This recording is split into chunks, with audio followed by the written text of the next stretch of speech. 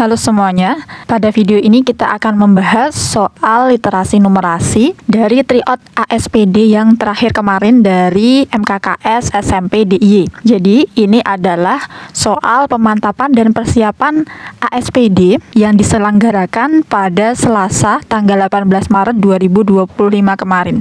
Untuk paket yang akan kita bahas pada video ini adalah paket 1. Terima kasih yang sudah memberikan voting. Bagi teman-teman yang mencari pembahasan paket 2, silahkan bisa searching di kolom pencarian.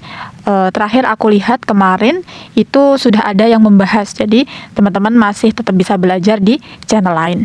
Kita akan membahas mulai dari nomor 1. Kita cermati dulu untuk soalnya. Nomor 1, lomba cerdas cermat. Ini disajikan sebuah soal literasi. Kita baca. Di sini Dinas Kebudayaan DIY menyelenggarakan lomba cerdas cermat museum yang diikuti oleh siswa SMP di wilayah DIY. Tabel berikut adalah ketentuan lomba dan pedoman perskoran lomba cerdas cermat tersebut. Tabel berikut adalah ketentuan lomba dan pedoman penskoran lomba cerdas cermat tersebut. Gimana ya, ini agak kurang dimengerti nih kalimatnya. Tapi ya intinya, untuk ketentuan lomba dan pedoman penskoran pada babak final itu ada pada tabel ini. Di sini disebutkan tahap dan waktu. Tahap yang pertama waktunya 10 menit. Ini merupakan pertanyaan wajib. Jumlah soalnya ada 5 per regu. Kemudian di sini berarti ada 20 soal. Dan seterusnya ketentuannya ada di sini. Nah, untuk hasilnya itu ada di tabel yang kedua. Kemudian di sini kita diminta menentukan pernyataan mana yang tepat. Nah, di sini untuk pernyataannya itu berkaitan dengan juara pertama. Otomatis kalau misal berkaitan dengan juara pertama, maka kita harus mencari skor semuanya, semua regu, sehingga bisa melakukan perankingan. Nah, untuk yang kedua ini juga peringkat terakhir adalah regu A. Ini kan berarti tahu peringkat terakhir itu harus mengetahui skor semuanya. Jadi karena kita mau mengecek 1 atau 2, tetap berarti kita harus ngitung semua skor dari tiap regu. Oke, kita mulai dari regu A. Regu A ini pada tahap pertama jawaban benarnya ada 4. Kita lihat di tabel. Pada tahap pertama ini untuk soal yang benar itu dapat skor 100. Berarti kalau 4 otomatis kan 400. Di sini berarti dia dapat 400. 4 kali 100 sama dengan 400. Begitupun untuk regu yang lainnya. Di sini ada regu B, benernya 3. Berarti skor yang di sini 300. Yang ini berarti 400. Yang tahap pertama. Kemudian untuk regu D itu berarti 300. Nah, untuk tahap yang kedua kita cermati. Pada tahap kedua, ini yang diperhitungkan juga cuma soal benarnya saja. Dapat 100. Untuk yang salah atau tidak dijawab itu nggak ngaruh. Jadi ini langsung kita kalikan 100 juga. Ini kita kalikan 100 jadi 200. Ini kita kalikan 100. Nah, semua regu kita cari untuk poin dari tahap yang kedua. Ini kali 100 jadi 300. Nah, kemudian pada tahap ketiga ini baru ada ketentuan khusus. Kalau misalnya benar dapat 100, tapi kalau salah negatif 50. Ada pengurangan nilainya. Tapi kalau tidak dijawab itu nggak ngaruh. Jadi kita fokus ke soal benar dan salah. Nah, kalau benar itu kan masing-masing dikali 100. Ini juga kali 100. Ini kali 100. Ini kali 100. Yang ini berarti dapat 200. Ini 100, ini 300. Nah, kemudian baru kita jumlahkan dengan skor salahnya. Ini kalau kita kalikan negatif 50, 2 kali negatif 50 itu negatif 100. Ini juga kita kalikan negatif 50 jadi negatif 50. Yang ini kalau kalikan negatif 50 jadi negatif 100. Yang ini kalikan negatif 50 jadi negatif 50. Nah, sekarang untuk yang tahap ketiga, ini total poinnya kita taruh sini ya, sampingnya 200 dikurangi 100 itu 100. Ini yang regu A. Kemudian regu B 200 ditambah negatif 50 itu 150. Kemudian untuk Tahap ketiga 100 kurangi 100, ini dapat 0 yang regu C. Regu D 300 dikurangi 50 jadi 250. Nah, kemudian untuk bisa meranking kita totalkan keseluruhan nilai. Yang regu A dulu untuk totalnya. Ya, kita total untuk regu A 400 tambah 200 itu 600. 600 tambah 100 700. Kemudian regu B di sini 300 tambah 200 500. 500 tambah 150 berarti 650. 400 yang regu C 400 tambah 400 itu 800. 800 tambah 0 tetap 800. Sekarang terakhir untuk regu D itu 300 tambah 300 600. 600 tambah 250 850. Nah, berarti bisa kita simpulkan untuk ranking pertama itu adalah regu D. Ranking kedua regu C.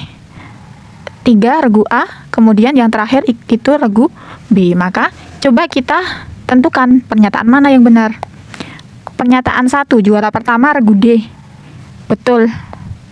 Kemudian yang ketiga, juara kedua adalah regu C. Juara kedua adalah regu C. Betul juga. Berarti jawabannya 1 dan 3A. Pada soal nomor 2 disajikan sebuah soal literasi tentang makan bergizi gratis. Kemudian dalam soal ini juga dikasih info tentang ketentuan makan bergizi gratis. Di sini berdasarkan ilustrasi isi piringku, makanan pokok dan sayuran masing-masing itu harus sebesar 2/3 dari setengah isi piringnya. Sisanya itu untuk lauk pauk dan buah dengan bagian yang sama. Kebutuhan kalori untuk sekali makan bagi seorang siswa SMP seperti pada gambar. Kita cermati untuk satu kali makan itu butuh 720 kilokalori. Sementara itu, di sini ada makan bergizi gratis yang isinya tercantum dalam gambar. Lalu pertanyaannya adalah, bagian yang telah memenuhi pedoman Kementerian Kesehatan isi piringku dalam menu tersebut adalah. Jadi untuk masing-masing bagian ini harus kita tentukan apakah sudah sesuai ketentuan atau belum, dengan mengacu pada bahwa satu kali makan itu butuh 720 kilokalori. Sementara untuk setiap bagian itu sudah ada aturannya. Maka kita hitung untuk setiap bagian ini minimal berapa kalau sesuai dengan ketentuannya. Kita mulai dari makanan pokok. Nah, makanan pokok dan sayuran itu masing-masing sebesar 2/3 dari setengah isi piring. Artinya, setengah ini ya, setengahnya segini, setengah isi piring, ini kan berarti setengahnya 720 kilokalori alias 360 kilokalori. Jadi untuk setengah piring itu 360 kilokalori. Maka, untuk bagian yang sayuran bisa kita hitung dengan mengalikan 2/3 kali 360 kilokalori. Di sini kita hitung 360 kalau dibagi 3 itu dapat 120. 120 kalau kalikan 2 240. Nah, untuk bagian sayuran itu 240. Otomatis yang makanan pokok itu juga 240 kilokalori. Maka untuk sisanya itu untuk buah-buahan. Dan lauk pauk ini juga sama. Nah, setengah tadi kan 360 kilokalori. Kurangi 240, dapatlah kita di sini untuk buah-buahan itu 120 kilokalori. Begitupun untuk lauk pauk. Lauk pauk di sini juga harus 120 kilokalori. Nah, untuk menu makanan yang ada pada gambar, untuk nasi. Nasi di sini kan nasi makanan pokok 240. Ini tidak sesuai dengan ketentuan, harusnya di sini 240. Kemudian untuk ayam goreng itu kan masuk ke lauk pauk 120. Ini juga belum memenuhi standar, harusnya 120 kilokalori. Sementara sayuran itu minimal 240, sementara ini 180. Masih lumayan jauh ya. Jadi ini juga gak memenuhi ketentuan. Untuk buah-buahan 120 minimal. Nah, ini sudah sesuai. Maka untuk bagian yang sudah memenuhi standar isi piringku menurut Kementerian Kesehatan itu baru yang buah-buahan saja. Jadi jawabannya yang D. Kita lanjutkan nomor 3. Nomor 3, disajikan sebuah denah rumah. Kemudian diketahui di sini untuk luas ruang tidur utama yang sesungguhnya adalah 14 meter persegi. Luas ruang tidur utama. Ruang tidur utama ada di ini, area A ini. Kemudian denah rumah tersebut digambar dengan skala. Di sini ada keterangannya bahwa satuan pada gambar itu sentimeter yang ada di denahnya, di mana 4,00 itu berarti 4 cm. Oke, kita pahami dulu biar kedepannya ketika kita mengerjakan soal seperti ini itu bisa lebih cepat. Kita pahami bahwa ketika mencari luas pada denah, itu kita perlu mengalihkan panjang pada denah dikalikan lebar pada denah. Sementara ketika kita mau mencari luas sebenarnya dari sebuah ruangan atau rumah atau daerah, kita harus mengalihkan panjang sebenarnya dikalikan lebar sebenarnya. Ini untuk mencari luas sebenarnya. Nah, sementara panjang sebenarnya itu bisa dicari dengan panjang pada denah dikalikan faktor skalanya. Jadi misal kalau peta itu skalanya 1:1000 gitu misal, maka faktor skalanya itu 1000. Berarti panjang sebenarnya itu panjang pada denah dikalikan 1000. Lebar sebenarnya juga kayak gitu. Untuk menentukan lebar sebenarnya ini bisa kita cari dengan mengalihkan lebar pada denah dikalikan faktor skalanya berapa. Nah, ini kalau kita tulis secara lebih sederhana, ketika mau nyari luas sebenarnya dan yang diketahui itu hanya panjang pada denah dan lebar pada denah, berarti kan kita bisa nyari luas sebenarnya dengan mengalihkan panjang pada denah dikalikan lebar pada denah, kemudian dikalikan dengan faktor skala, kemudian dikuadratkan. Karena kita mengkonversinya itu 2 kali di sini, panjang sama lebar. Panjang pada denah kali lebar pada denah itu merupakan luas pada denah. Luas pada denah. Kemudian ini dikalikan faktor skalanya. S dikalikan S kuadrat. Nah, intinya adalah kita mau nyari skalanya. Di sini berarti kan luas sebenarnya itu bisa dicari dengan mengalihkan luas pada denah dengan faktor skalanya S tapi dikuadratkan. Sementara di sini untuk luas sebenarnya udah tahu 14 tapi dalam satuan meter persegi. Jadi kalau dikonversi ke sentimeter pangkat 2, meter desimeter sentimeter, turun 1 itu kalau satuannya pangkat 2 itu kan tambah 02 alias kalikan 100. Turun lagi 1, tambah lagi. Berarti ini 140.000. Sementara luas pada denah itu kita lihat di sini untuk ruang tidur utama. Ruang tidur utama panjangnya 8 dikalikan lebarnya 7. Panjangnya 8, lebarnya 7. Di luasnya di sini panjangnya 8, lebarnya 7. S kuadrat. Karena kita mau cari S faktor skalanya, ini S kuadrat bisa dicari dengan membagi 140.000 dengan perkalian 8 kali 7. Oke, kita mulai sederhanakan. 14 bagi 7 itu dapat 2. Kemudian di sini 200 kalau bagi 8 itu hasilnya 25 tambah 02. Ini adalah nilai dari S kuadratnya. S kuadrat. Berarti kalau nyari S saja ini harus kita akar. Akar dari 2500 itu 50. Maka untuk faktor skalanya itu 50. Dengan demikian, karena yang ditanyakan adalah skala, berarti ini 1:50. Jadi jawabannya yang B. Kita lanjutkan untuk soal nomor 4. Di sini dalam dialog box disebutkan umur saya sekarang 14 tahun. Ini yang dikatakan oleh adik. Kemudian kakak bilang, perbandingan umur saya dan adik 6 tahun yang lalu itu 3:2, 6 tahun yang lalu.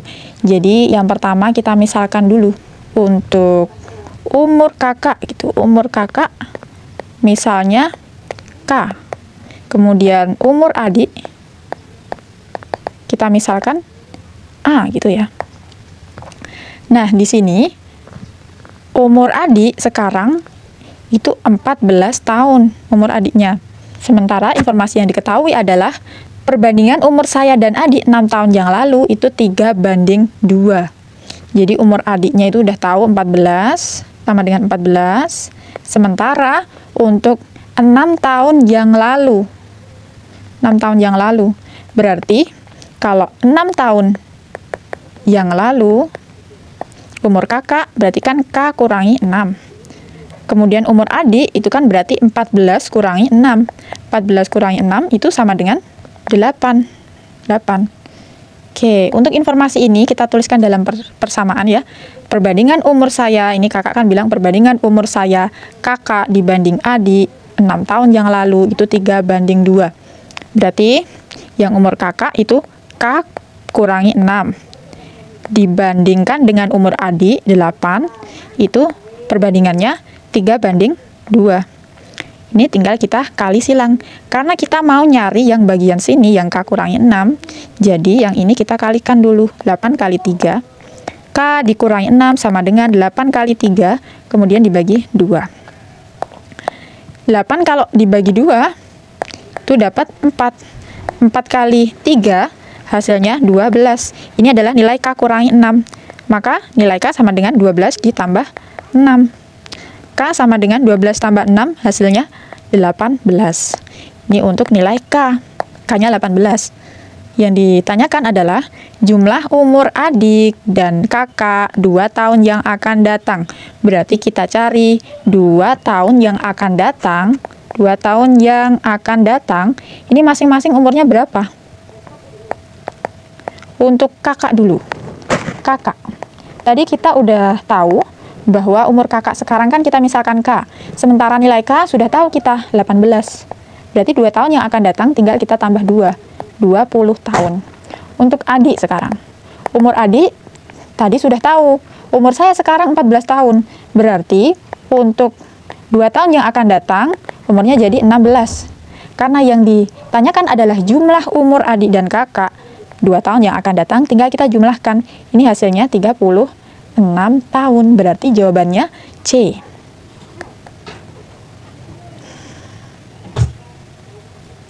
Soal nomor 5, diketahui bahwa seorang peternak itu punya sapi dengan jumlah seperti pada gambar. Kita hitung dulu untuk jumlah sapi yang ada di gambar ya. 1, 2, 3, 4, 5, 6, 7, 8, 9, 10. Ternyata untuk jumlah sapinya itu ada 10 ekor. Nah, peternak itu menyediakan pakan untuk 20 hari. Setelah 4 hari, ada 2 ekor sapi yang mati. Di sini terjangkit PMK. Pakan yang tersisa akan habis dalam waktu. Untuk soal nomor 5, ini masuk ke dalam perbandingan berbalik nilai. Kita ingat lagi untuk perbandingan berbalik nilai itu berlaku bahwa ketika suatu besaran jumlahnya bertambah, maka besaran lain justru akan berkurang. Ketika sapinya semakin banyak, maka waktu yang dibutuhkan untuk menghabiskan pakan itu justru akan semakin sedikit. Oleh karena itu, karena hubungan ini, perbandingan berbalik nilai, itu berlaku hasil kali dari 2 besaran ini selalu tetap atau selalu sama. Jadi misalnya tadi kan untuk 10 ekor sapi, itu pakannya akan habis dalam waktu 20 hari. Nah, ini kalau dikalikan kan 200. Nanti juga akan berlaku. Kalau misalnya sapinya berkurang atau bertambah, nanti kalau misal dikalikan antara waktu yang dibutuhkan untuk menghabiskan pakan dengan jumlah sapinya itu akan sama. Nah, oleh karena itu kita tuliskan dulu di sini. Ini misalnya banyak sapi. Besaran yang pertama menyatakan banyak sapi. Ketika sapinya ada 10, maka waktu yang dibutuhkan untuk menghabiskan pakannya itu 20 hari. Sekarang, setelah 4 hari ada 2 ekor sapi yang mati. Setelah 4 hari. Jadi pakannya itu akan habis dalam waktu 20 hari, target awalnya. Berarti setelah 4 hari ini kan berarti ada pakan yang sudah berkurang. Pakan berkurang berapa bagian? Ini harus kita ketahui. Pakan berkurang berapa sehingga kita bisa menentukan sisanya. Pakan berkurang sebanyak, tentu saja sebanyak 4/20. Karena target awalnya itu akan habis dalam 20 hari. 4/20 itu kalau disederhanakan jadi 1/5. Nah, sekarang sisanya, sisa pakannya berarti 5/5 dikurangi 1/5, 4/5. Sisa pakannya itu 4/5. Nah, sekarang kita cari. Ketika sapinya itu mati 2 ekor, maka jumlahnya akan jadi 8. Nah, waktu yang dibutuhkan itu berapa hari? Berarti di sini, kan hasil kalinya selalu tetap antara banyak sapi dan waktu. Karena ini adalah perbandingan berbalik nilai. Berarti untuk menentukan ini di sini, waktu yang ada di sini, kita cari di sini, hasil kalinya itu selalu tetap. Ini kalau yang awal kalau dikalikan itu 200. Dikalikan. Berarti 200 dibagi 8 itu ketemunya 25. 20 waktunya itu 25 hari. Tapi ini kondisinya kalau misalnya pakannya itu masih utuh 25 hari. Sementara pakannya itu masih hanya bersisa 4/5 saja. Maka kita di sini cari pakan yang tersisa akan habis dalam waktu yang tersisa. Yang tersisa itu cuma 4/5-nya, 4/5 bagian. Nah, 4/5 bagian. Sementara waktu yang dibutuhkan ketika pakannya utuh itu 25. Berarti kita cari 4/5 bagian dari 25. Ini 25 bagi 5 dapat 5. Berarti hasilnya itu sama dengan 20 hari. Nah, jawabannya berarti yang B. Oke, meskipun ini langkahnya tidak begitu runtuh, tapi semoga masih bisa dipahami ya. Kita lanjutkan untuk soal nomor 6. Gambar berikut merupakan akuarium berbentuk balok. Jika volume air dalam akuarium 16/5, volume yang diketahui di sini. Tinggi air dalam akuarium tersebut yang ditanyakan adalah tinggi. Kita ingat untuk menentukan volume dari sebuah balok itu bisa kita cari dengan panjang kali lebar kali tinggi. Sementara ketika yang dicari adalah tingginya, kita tinggal membagi volume ini dengan perkalian panjang dan lebarnya. Untuk volumenya sudah tahu 16/5. Kemudian panjangnya panjang 4/4. Kemudian lebarnya ini panjang, ini lebar, lebarnya 8/2. Nah, 16 itu bisa dikecilkan ya basisnya, jadi 2/4. Masih harus kita pangkatkan dengan 5. Kemudian untuk 4 itu basisnya bisa dijadikan 2, jadi 2/2. Dipangkatkan lagi 4. 8 itu 2/3. Masih harus dipangkatkan lagi dengan 2. Ini semua tinggal kita sederhanakan. 2/4 dipangkatkan lagi 5, berarti ini jadi 2/20. Kemudian masih dibagi dengan 2/8 kali 2/6. Nah, yang bawah ini perkalian suatu bilangan berpangkat dengan basis yang sama, ini tinggal kita jumlahkan. 8 tambah 6. 8 kalau ditambah 6 jadinya 14. Nah, kalau pembagian berarti dikurangi. Ini berarti tinggal kita kurangi. 20 kurangi 14. Jadi 6, 2/6. Maka untuk tinggi akuariumnya di sini 2/6 cm. Jawabannya yang C. Nomor 7, gambar berikut merupakan balok yang dipotong menurut diagonal sisinya. Jika diketahui keliling segitiga ABC adalah 22/2 cm. Panjang AB 2/32. AB 2/32. 32. Kemudian AC 4 akar 8. Yang diminta tentukan adalah BC. BC. Nah, ini sebenarnya sering sekali muncul soal seperti ini. Cuma bangunnya aja yang dimodifikasi. Ini jadi bangun dari hasil perpotongan balok menurut diagonal sisinya. Jadi kayak gini. Jadi untuk menentukan nilai BC, kita tinggal mengurangi keliling dengan sisi-sisi yang lainnya, alias kita kurangi dengan jumlah AB dan AC. Tapi sebelumnya, biar kita bisa mengadakan sebuah operasi pengurangan, kita harus pastikan bahwa akarnya itu sama nilainya.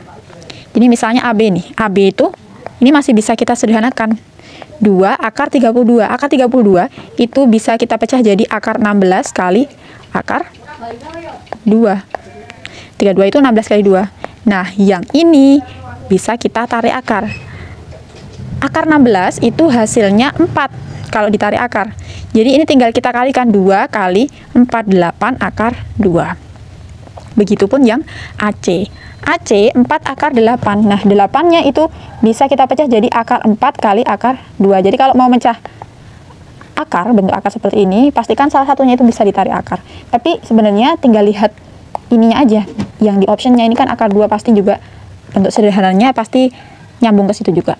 Nah, akar 4, ini hasilnya 2. 4 kali 2, 8. 8 akar 2. Nah, yang AC, itu ternyata nilainya juga 8 akar 2. Maka, tinggal kita cari untuk panjang BC. Panjang BC itu bisa dicari dengan keliling dikurangi jumlah dari kedua sisi yang lainnya, AB dan AC. Untuk kelilingnya 22 akar 2 dikurangi, kalau AB 8 akar 2 dan AC 8 akar 2, maka jumlahnya ini 16 akar 2. Ketika 22 akar 2 dikurangi 16 akar 2, itu hasilnya 6 akar 2. Nah, berarti jawabannya yang B. Jawabannya yang B. Nomor 8, perhatikan gambar. Di sini ada sebuah konfigurasi objek, bentuknya persegi. Untuk itu, untuk menentukan jumlah dari keramik ini, jumlahnya berapa, pasti nanti berkaitan juga dengan pola bilangan persegi.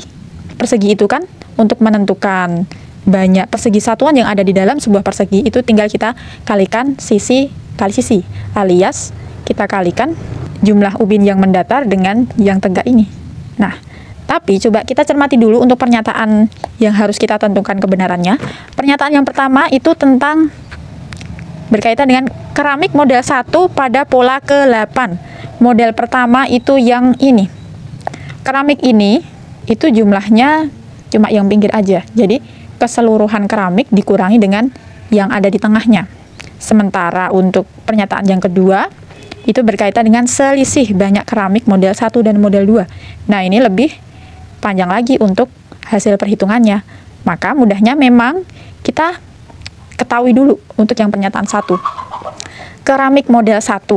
Untuk menentukan pola dari jumlah keramik model 1, kita perlu tahu dulu pola bilangan dari jumlah keramik model yang kedua. Karena ini kan di tengah-tengah tempatnya.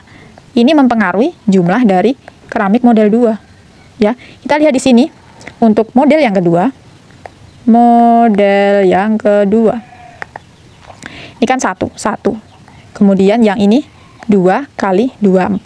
Jadi aku tulis 2 kuadrat gitu aja biar kelihatan nanti polanya kayak gimana. Nah, yang ketiga itu 3 kali 3 alias 3 kuadrat. Yang keempat berarti 4 kali 4. 4 kuadrat. Nah, yang diminta tentukan itu pola ke-8. Pola ke-8 ini kan baru sampai pola ke-4. Berarti pola ke-8 tentu saja langsung bisa kita tentukan. Ini merupakan bilangan kuadrat. Ya, jadi kalau pola ke-8 pasti 8 kuadrat.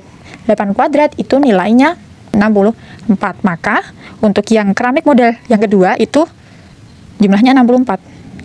Nah, jika sudah, ini nanti akan kita gunakan untuk mengurangi jumlah keseluruhan ubin pada setiap pola. Untuk mengetahui model pertama, kita harus menentukan ubin keseluruhan dulu. atau keramik keseluruhan. Total keramik gitu ya, total keramik. Untuk menentukan total keramik berarti kita harus mengalihkan ini. Yang pola pertama itu 3 kali 3 alias 3 kuadrat. Terus yang selanjutnya ini ada 4 keramiknya. 4 kuadrat. Berarti seterusnya 5 kuadrat, 6 kuadrat, 7 kuadrat, 8 kuadrat, 9 kuadrat, sampai pola ke-8. 1, 2, 3, 4, 5, 6, 7, 8 berarti 10 kuadrat. Hasilnya adalah 100 buah jumlahnya. Nah, untuk keseluruhannya ada 100. Ini sama dengan 100. Maka untuk jumlah keramik pada model yang pertama, ini tinggal kita kurangi. Keseluruhannya yang pola ke-8 itu ada 100. Dikurangi dengan yang tengah. Yang tengah itu yang model yang kedua, yaitu 64. Maka hasilnya sama dengan 36. Sehingga pernyataan yang pertama ini tepat. Ya, kita cek yang ketiga atau yang keempat. Yang ketiga, luas keramik model 2 pada pola ke-7. Model 2. Nah, model 2 kan udah tadi. Berarti ini 7 kuadrat. Luas keramik model 2 pada pola ke-7 itu 210 kali 210. 210 cm kali 210 cm. Ukuran keramik. Ukuran keramik di sini diketahui. Ukuran keramik itu 30 kali 30 cm. Sehingga untuk luas keramiknya di pola yang ke-7 itu kita tentukan dulu jumlahnya. Jumlahnya itu kan berarti 7 kuadrat.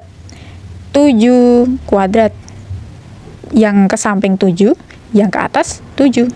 Nah, ini masing-masing harus kita kalikan dengan ukurannya kan 30 kali 30. Berarti ini 70 kali 30, yang ini juga 70 kali 30. Maka benar bahwa luas keramik pada model yang kedua itu 210 kali 210 cm. Yang ketiga benar, maka kita pilih jawabannya yang A. Nomor 9, Pak Dadang adalah seorang penjual es teh jumbo. Setiap hari ia menumpuk gelas-gelas plastik untuk persiapan berjualan. Tinggi tumpukan gelas seperti pada gambar. Suatu hari Pak Dadang mendapat pesanan es teh. Kemudian dia harus menyiapkan 25 gelas es teh jumbo. Jika Pak Dadang itu menumpuk 25 gelas dalam satu tumpukan, maka tinggi tumpukannya berapa? Di sini untuk satu gelas tingginya 12 cm. Ditumpuk satu gelas di atasnya.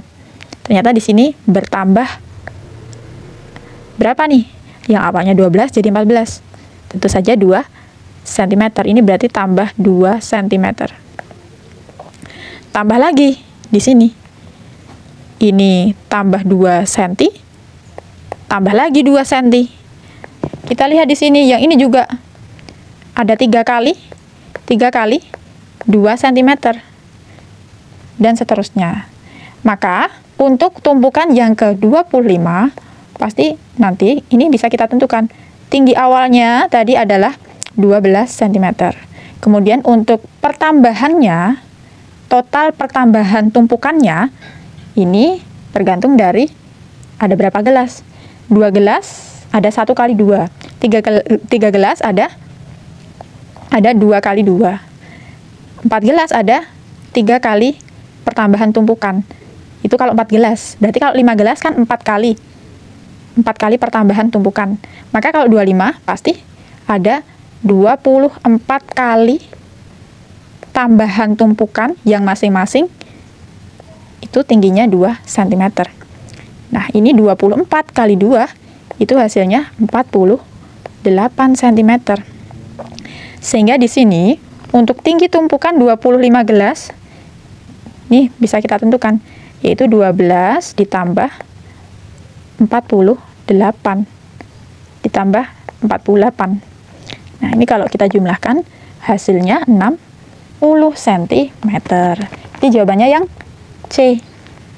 Oke, untuk nomor 10 ini ada soal literasi tentang segitiga Pascal, penggunaannya di tongkat hoki. Pola tongkat hoki dalam segitiga Pascal mengacu pada hubungan penjumlahan elemen dalam segitiga Pascal yang menyerupai bentuk tongkat hoki dan seterusnya.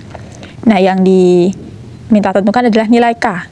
Kita perlu ketahui untuk segitiga Pascal, ini kalau kita perhatikan ya, bilangan yang di bawahnya ini merupakan jumlah dari yang sebelumnya, yang atasnya ini. 1 tambah 1 dapat 2 di sini. 1 tambah 2 dapat 3. 2 tambah 1, 3, dan seterusnya sampai bawah. Untuk menentukan nilai K berarti kita harus tahu ini sama yang ini. Harus tahu dulu. Yang ini sama yang ini. Yang ini harus tahu ini sama ini. Dan seterusnya, maka kita tentukan yang perlu kita hitung dulu. Nah, dari sini. Dari 35 tambah 35, ini hasilnya 70. Kemudian baru yang ini bisa kita tentukan. 70 tambah 56 hasilnya 126. 126. Nah, yang ini, yang kuning ini harus tahu dulu. 21 tambah 7 hasilnya 28. Terus yang ini 56 kalau ditambahkan dengan 28 itu hasilnya 84. 84. Nah, yang ini yang bagian sini, ini juga harus tahu dulu, 8. Sehingga kita bisa menentukan yang sebelah sini. 28 tambah 8 hasilnya 36. Nah, 84 tambah 36. Kita tentukan dulu. Kalau misal kita jumlahkan, itu hasilnya 120. Yang ini kita jumlahkan juga, 126 tambah 84. 120 tambah 80 itu 200. 200 tambah 10, 210. Nah, maka nilai K itu bisa dicari dengan menjumlahkan 210 dengan 120.